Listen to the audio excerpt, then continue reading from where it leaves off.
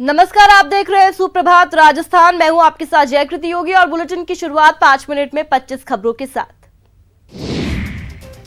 प्रधानमंत्री नरेंद्र मोदी आज से 2 दिन के कर्नाटक दौरे पर रहेंगे। इस दौरान प्रधानमंत्री मोदी कई कार्यक्रमों में शामिल होंगे। प्रधानमंत्री सबसे पहले तुमाकुरु में श्री सिद्धगंगा मठ जाएंगे। इसके बाद तुमाकुरु में एक जनसभा को संबोधित करेंगे। पीएम नरेंद्र मोदी कर्नाटक से किसान सम्मान निधि स्कीम के दूसरे चरण की शुरुआत करेंगे और एक साथ 8 करोड़ किसानों को तोहफा देंगे।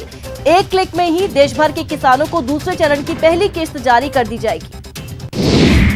प्रधानमंत्री मोदी 20 जनवरी को स्कूली छात्रों के साथ परीक्षा पर चर्चा करेंगे। इससे पहले पीएम मोदी को 16 जनवरी को छात्रों के साथ परीक्षा पर चर्चा करनी थी। मानव संसाधन विकास मंत्रालय ने एक बयान जारी कर प्रधानमंत्री के कार्यक्रम में बदलाव की जानकारी दी। प्रधानमंत्री कार्यालय में 15% स्टाफ की कटौती कर दी गई है। सूत्रों ने बताया कि कर्मचारियों की उत्पादकता में सुधार पर भी जोर दिया गया है। सूत्रों के मुताबिक हाल ही में पीएम मोदी ने निर्देश दिया था कि वे अपने मंत्रालयों के खर्चे में कटौती करें। बीजेपी के कार्यकारी अध्यक्ष जेपी नड्डा वडोदरा के दौरे पर रहेंगे। नड्डा यहां पर सीएए पर जन जागरण अभियान का आगाज करेंगे। इस मौके पर गुजरात प्रदेशाध्यक्ष जितू वाघाना भी साथ रहेंगे। दिल्ली में अभी चुनाव तारीख का ऐलान नहीं हुआ है, लेकिन बीजेपी ने अभी से शुरुआत कर दी है। आज केंद्रीय मंत्री स्मृति ईरानी की अगुवाई में मेरी दिल्ली मेरा सुझाव अभियान शुरू करेगी। महाराष्ट्र में सोमवार को शपथ लेने वाले 36 मंत्रियों को कौन सी जिम्मेदारी दी जाएगी, इसे लेकर महाराष्ट्र के सीएम उद्धव ठाकरे और उप मुख्यमंत्री अजित पवार ने बैठक की। बैठक के बाद महाराष्ट्र के डिप्टी सीएम ने कहा कि सब तय हो गया है, कोई विधायक नाराज नहीं है। आज मंत्रियों के विभागों का ऐलान हो सकता है। महाराष्ट्र के पूर्व सीएम देवेंद्र फडणवीस ने शिवसेना पर निशाना साधा। उन्होंने कहा कि शिवसेना सुबह शेर है, रात में ढेर है। वो सुबह शेर है, शाम को बिल्ली है। शिवसेना का आदेश अब मातोश्री से नहीं निकल सकता। सीएम अशोक गहलोत की अध्यक्षता में सीएमओ में कैबिनेट की बैठक हुई। बैठक में प्रदेश में टिड्डी दल के प्रकोप को रोकने और सीएए के साथ ही निरोगी राजस्थान बनाने को लेकर चर्चा की गई। कैबिनेट मीटिंग के बाद मंत्री रघु शर्मा ने प्रेस ब्रीफिंग की। चिकित्सा मंत्री ने कहा कि मीटिंग में टिड्डी से प्रभावित किसानों को जल्द मुआवजा देने पर फैसला हुआ। साथ ही कहा कि निरोगी राजस्थान बनकर ही रहेगा। मीटिंग में नागरिकता संशोधन एक्ट को लेकर भी चर्चा हुई। चिकित्सा मंत्री ने कहा कि संविधान की मूल भावना से छेड़छाड़ नहीं होनी चाहिए। साथ ही उन्होंने कहा कि सीएए के विरोध में कांग्रेस है।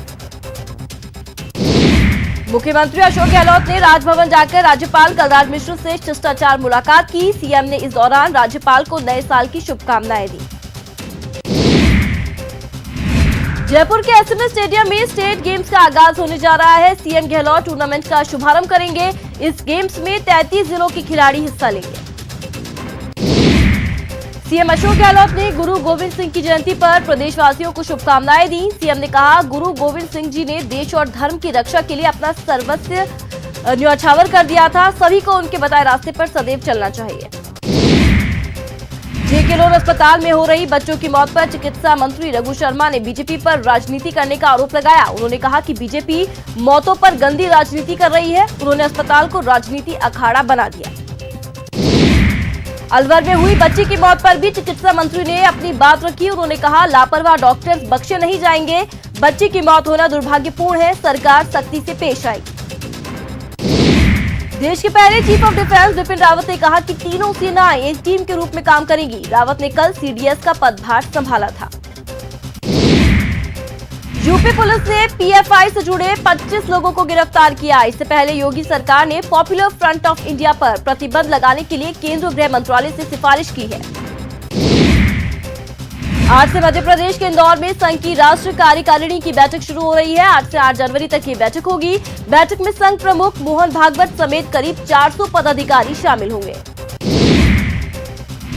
टिड्डियों से परेशान किसानों को राज्य सरकार ने राहत दी। अब किसान बिना कोई भुगतान किए टिड्डी कीटनाशक खरीद सकेंगे और राज्य सरकार सीधे सहकारी संस्था को इस पर 100% अनुदान देगी। राज्य सरकार ने मूंग और मूंगफली उत्पादक किसानों को राहत दी। ज्यादा उत्पादन के चलते 130 खरीद केंद्रों पर रजिस्ट्रेशन को सीमा को 10% बढ़ाया गया। इस फैसले से 16 जिलों के करीब 18,000 किसान लाभान्वित होंगे। कोटा के जेके लोन अस्पताल में हुई बच्चों की मौत के बाद जनप्रतिनिधि जाग गए हैं। विधायक संदीप शर्मा ने प्रसूताओं और बच्चों के वार्ड के लिए 15 रूम, हीटर और कंबल बांटे।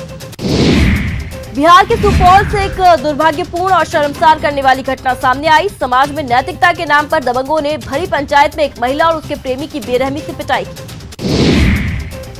उत्तर भारत में कड़ाके की सर्दी जारी है। पहाड़ों से लेकर मैदानी हिस्सों तक कई जगह तापमान 1 डिग्री सेल्सियस से भी नीचे दर्ज किया गया। हालांकि मौसम विभाग के मुताबिक लोगों को अगले 2-3 दिन में शीतलहर से थोड़ी राहत मिल सकती है। बादशाह के गाने डीजे वाले बाबू की एक्ट्रेस और डांसर नताशा स्टोनोविक संग क्रिकेटर हार्दिक पांड्या ने सगाई रचा ली है।